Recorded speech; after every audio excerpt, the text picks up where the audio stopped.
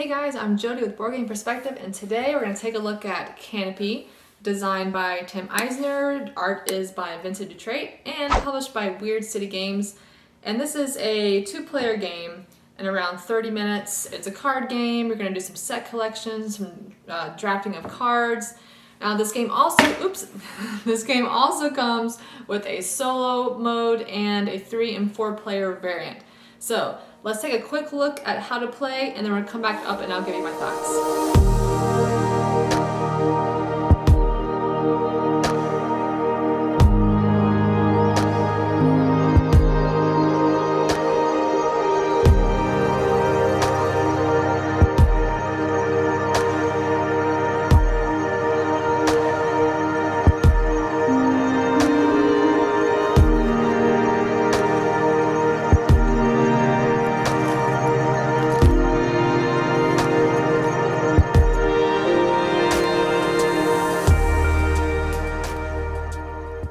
Let's go over the setup for a two-player game.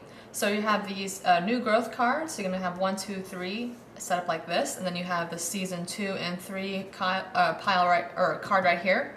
Now the Rainforest cards, which are all of these, you're gonna remove 10 cards at random, and then you're gonna shuffle them all together and split them up roughly into 3 equal piles, like I've done here. So we've got one here. This is for the current season. So the season 1, that pile goes there, and then you've got season 2 and 3. Then you have the seed pile, which is this back. You're going to shuffle those and put them over here. Now for each growth pile, you're going to put out a card from this deck here. So this has one card from this deck, and it's placed face down. Nobody should see that. Then you have 2 in this one, and then 3 in this one.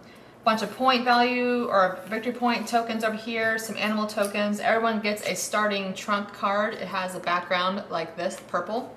There is a reference aid as well, and then the tallest tree and largest forest token up here. So obviously this game is played in 3 seasons, 1, 2, and 3, and players are going to be taking turns back and forth, and you're going to be trying to build a thriving environment. So you're going to be trying to build trees, you're going to be collecting some wildlife, some different plants, and you'll have scoring at the end of every season, and also a final game scoring.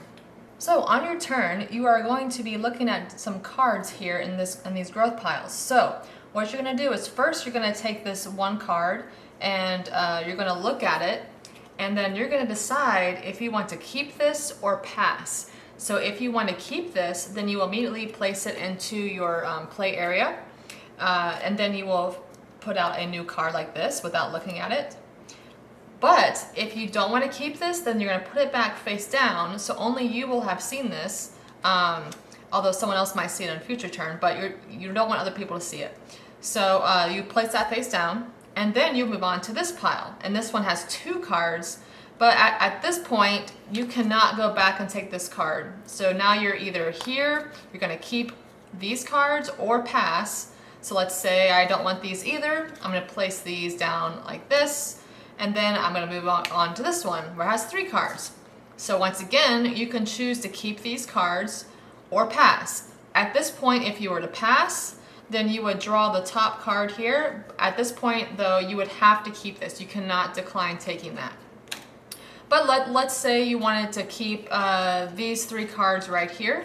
So if that's the case, then you're going to put these out into your forest, which we'll go over in a second, but then you fill out with 3 more cards. So let's say it's the other player's turn now. They're going to do the exact same process. They're going to look at this card, decide whether to keep or pass until they end up putting some cards in their forest. Let's say they decided to keep these, so they would put them in their forest.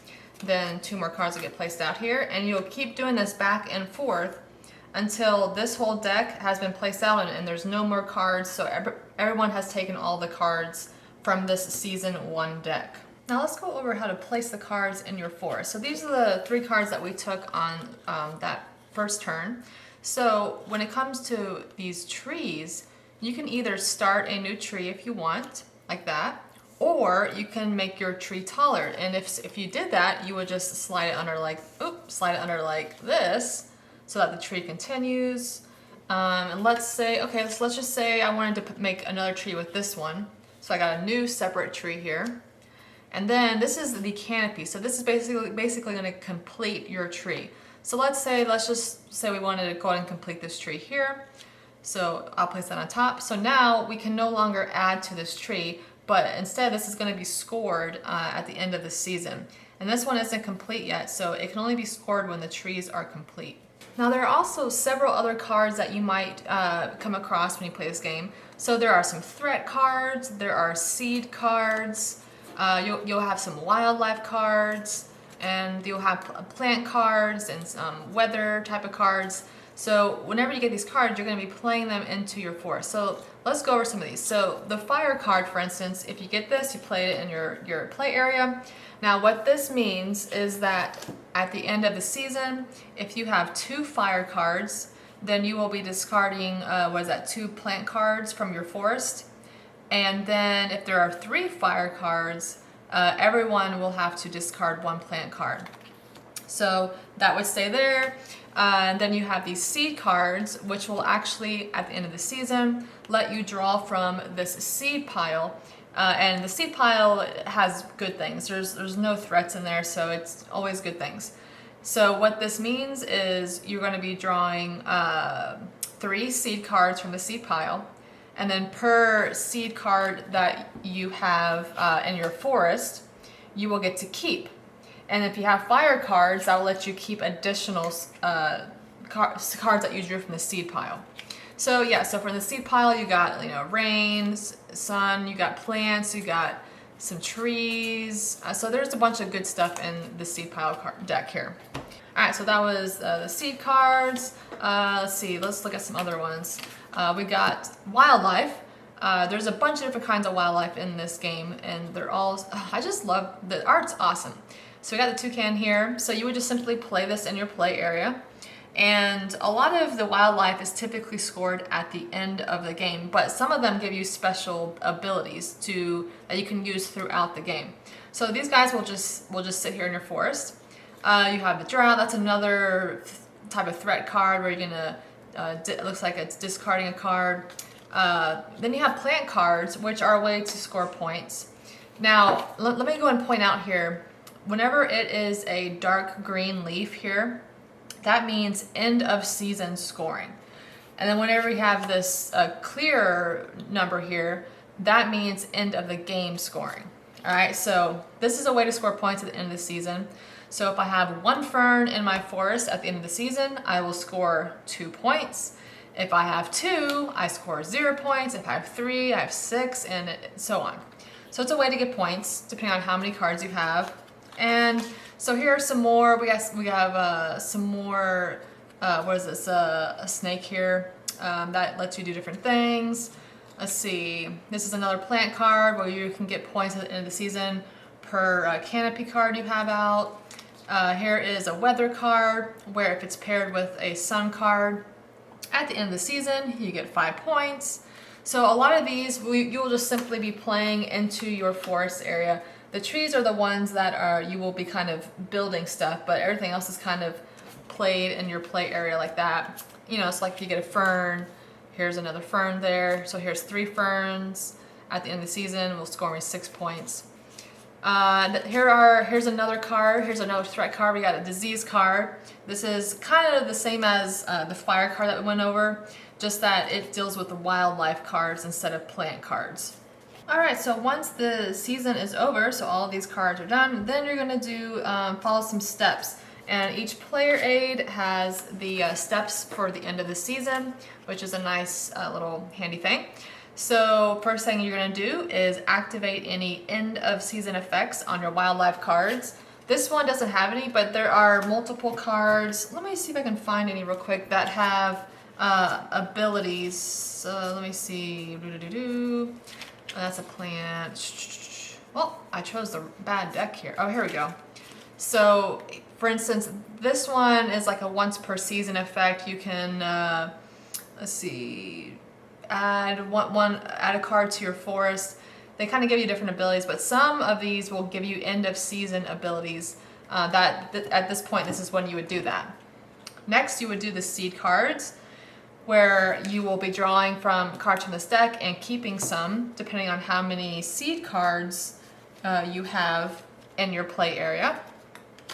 All right, and then you're going to deal with the threats, where if you have 2 or more fire, disease, you're going to lose plants or wildlife accordingly. And then you're going to deal with the trees. This is where you're going to score any completed trees and mark with a wildlife token. So let's go ahead and score this tree that is completed right here. So, all right, this is going to score 2 points by itself, this one trunk right there. All right, so we're going to get 2 points for that. And then this canopy shows that we're going to get 1 point per trunk of the tree here. So we got two segments of the tree.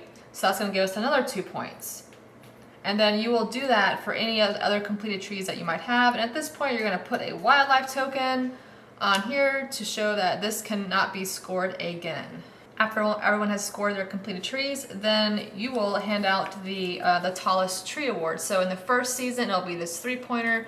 The second will be the 4 points, and the third season will be the 5 points. So let's just say this player had the tallest tree, the other player did not. So they would get this extra tallest tree award that would give us 3 points. And after dealing with the trees, you move on to plants and weather. This is where you're going to decide or see what you got going on here. So for instance, we had 3 ferns out here. So 3 ferns would give us 6 points. So you're going to grab some more victory point tokens here. We have this rain-sun combo, so that's going to give us 5 points. And you'll do that for all your plant and weather cards. And then lastly, for the end of the season is cleanup. You're going to discard all of the cards in your forest area except for the trees and wildlife.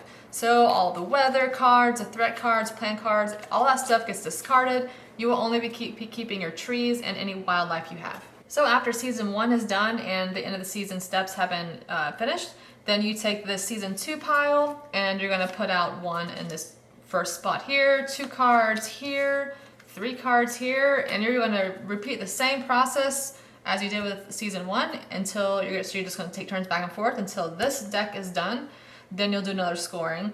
And then you'll have 1 more season where you will do the exact same process, and then end of season in scoring, and then final game scoring. The end of game scoring is where you will score your wildlife cards and also award the largest forest token, which will be an extra 10 points. So the wildlife that has base points every time you see this symbol here. So for instance, this monkey by himself will score 1 point. All right, and then you also have these mating pair cards. So if you have just one of this Goliath bird eater, which is a scary looking spider, if you just have 1 of them, this card will be worth 2 points. But if you have a pair, then this card will be worth 5 points. And then this card will be worth 2 points by itself. Okay, so this would be, if I had both of these cards, this would be 2 points plus 5. So this would be 7 points right here for these 2 cards. So you do that same process for all of your wildlife cards. Now, the largest forest token is awarded to the player that has the most completed trees. So they would get this token. Then everybody will tally up all their points, and whoever has the most points is the winner.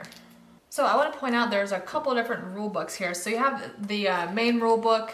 This is mainly for the 2-player, it's the standard game, the 2-player setup. And where basically everything we went over was the standard game. There are a few advanced cards that we had out here as well. And then there's another rule book which will explain let me open it up here. You've got a solo challenge. You've got a 3- and 4-player variant that you can play with. Let's see, I believe on the other side there's an advanced card variant, which we had some of those in this little short how to play video. And then there's also a nice little glossary for multiple of the cards, advanced and standard cards, to kind of help you understand if you have some questions. All right, guys, so my thoughts on Canopy.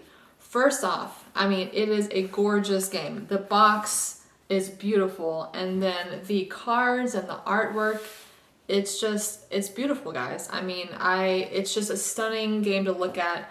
All the plant cards, which we obviously showed you multiple in the how to play video, and all the different animals. I mean, I don't think I actually showed you this one. This one has like blue mushrooms. Let's see if I can get the lighting. It's pretty cool. And then you have just really, I mean, everything is just gorgeous. And you have so many cool different animals. Now, except for the big spider, like that one was a little, I don't like spiders.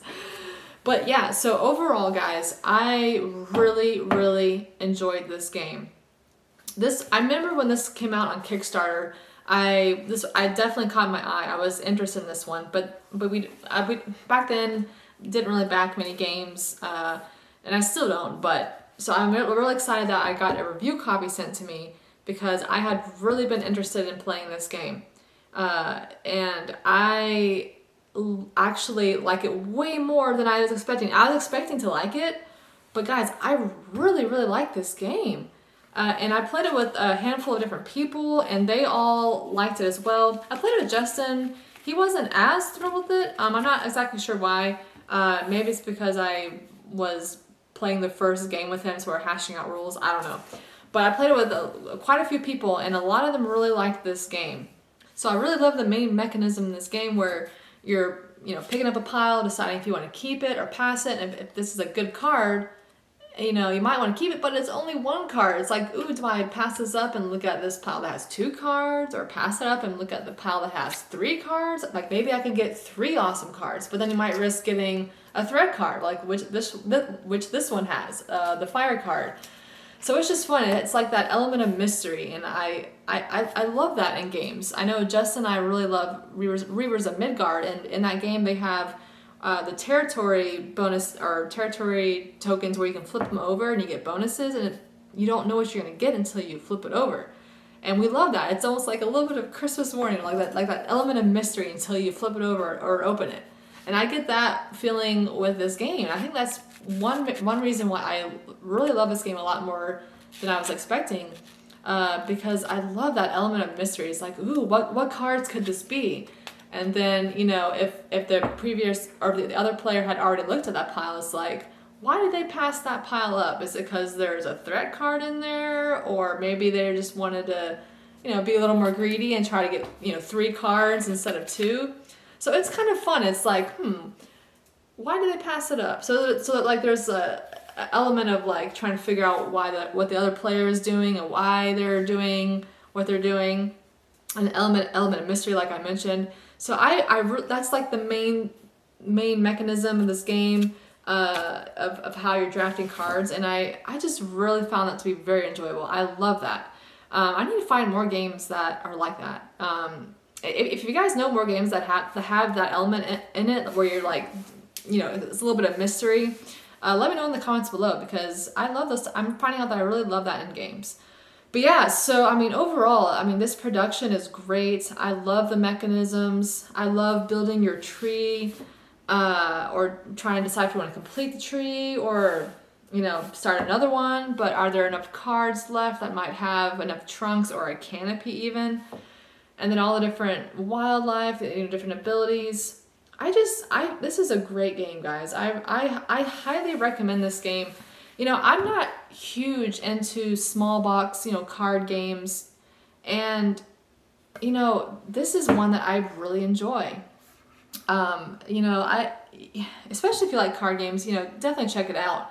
But even if you don't, like I said, I'm not huge into smaller. I like the big production, the big games, but I really enjoyed this game. There's just a lot of things going for it for me.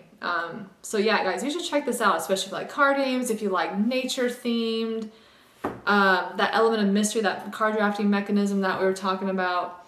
If you like any of those things, you guys should definitely check this one out.